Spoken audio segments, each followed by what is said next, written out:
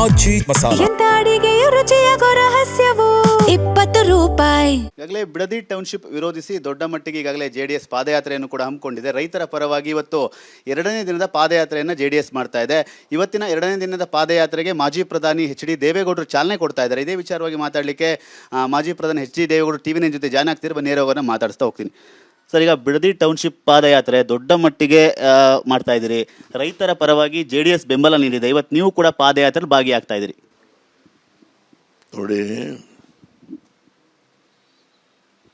ನಾನು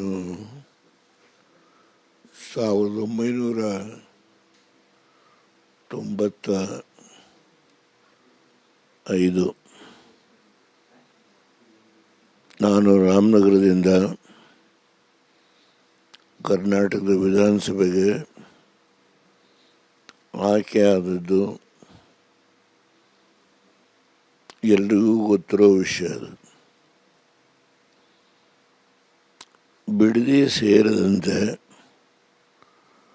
ರಾಮನಗರದ ಅಭಿವೃದ್ಧಿಯ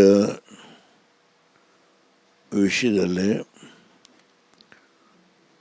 ನನ್ನ ಕೈಲಾದಂಥ ಕೆಲಸ ಮಾಡಿದ್ದೇನೆ. ಮಾಗಡಿ ಇರ್ಬೋದು, ರಾಮನಗರ ಇರ್ಬೋದು, ಚನ್ನಪಟ್ಟಣ ಇರ್ಬೋದು, ನನ್ನ ಶಕ್ತಿ ಮೀರಿ ಎಷ್ಟು ಕೆಲಸ ಮಾಡಬೇಕೋ ನಾನು ಪ್ರಯತ್ನ ಮಾಡಿದ್ದೇನೆ. ಈ ಏನು ಬಿಡದಿ ಟೌನ್ಶಿಪ್ ಬಗ್ಗೆ ಹೋರಾಟ ನಡೀತಾ ಇದೆ, ಇದು ನಮ್ಮ ಗೌರವಾನ್ವಿತ ಮುಖ್ಯಮಂತ್ರಿಗಳು, ಇದು ನಾನು ಮಾಡಿದ್ದಲ್ಲ ಈ ಯೋಜನೆ.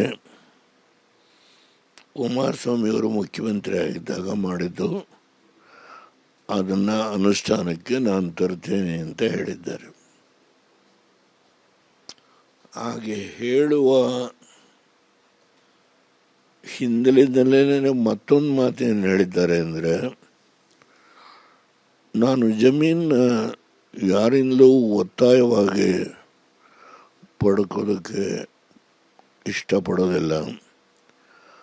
ಅವ್ರ ಎಕರೆಗೆ 3 ಕೋಟಿ ರೂಪಾಯಿನ ನಾನು ಪರಿಹಾರ ಕೊಡ್ತೇನೆ.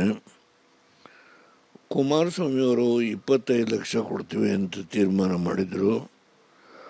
ನಾನು 3 ಕೋಟಿ ಕೊಡ್ತೀನಿ ಅಂತ ಹೇಳಿದ್ದೇನೆ. ಆದರೂ ಅದಕ್ಕೂ ಸಮ್ಮತಿ ಇಲ್ಲದೆ ಇದ್ದರೆ ನಾನು ಒತ್ತಾಯ ಮಾಡಲ್ಲ ಅಂತಲೂ ಹೇಳಿದ್ದಾರೆ. ನಾನು ಇವತ್ತು ಅವ್ರ ಸ್ಟೇಟ್ಮೆಂಟ್ನ ನೋಡಿದ್ದೇನೆ. ಹಾಗಿದ್ಮೇಲೆ ಇದು ಯಾರಿಗೋಸ್ಕರ ಮಾಡ್ತಾ ಇದ್ದಾರೆ? ಬೆಂಗಳೂರಿನಲ್ಲಿ BDA ಮಾಡಿರ್ತಕ್ಕಂಥ ಖಾಲಿ ನಿವೇಶನಗಳು ಸುಮಾರು 20,000ಕ್ಕೂ ಹೆಚ್ಚು ಖಾಲಿ ನಿವೇಶನಗಳು ಬಿದ್ದಿದ್ದಾವೆ. ಬೇರೆ ಬೇರೆ ಬಡಾವಣೆಗಳಲ್ಲಿ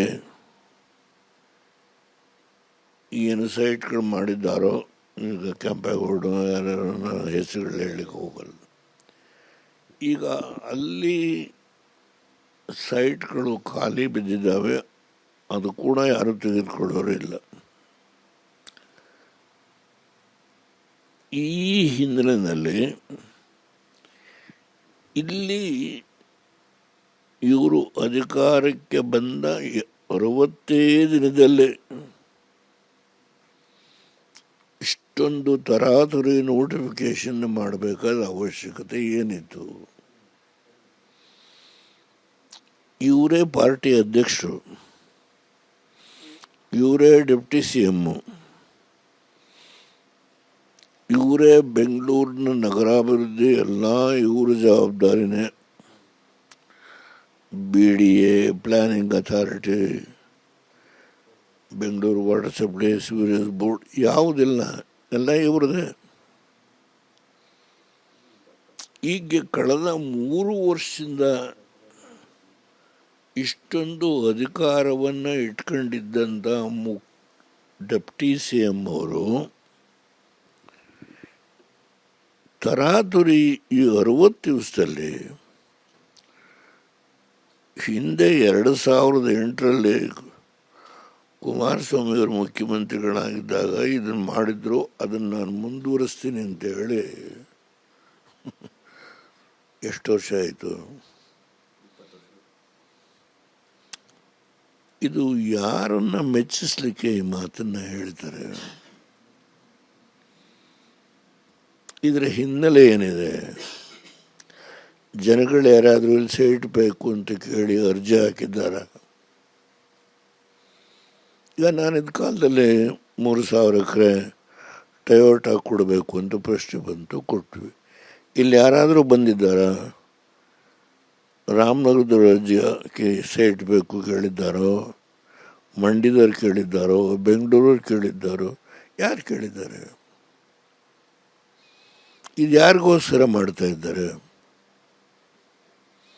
ಬೆಂಗಳೂರಲ್ಲೇ ಖಾಲಿ ಬಿದ್ದಿದೆ, ಯಾರಿಗೋಸ್ಕರ ಮಾಡ್ತಾ ಇದ್ದಾರೆ?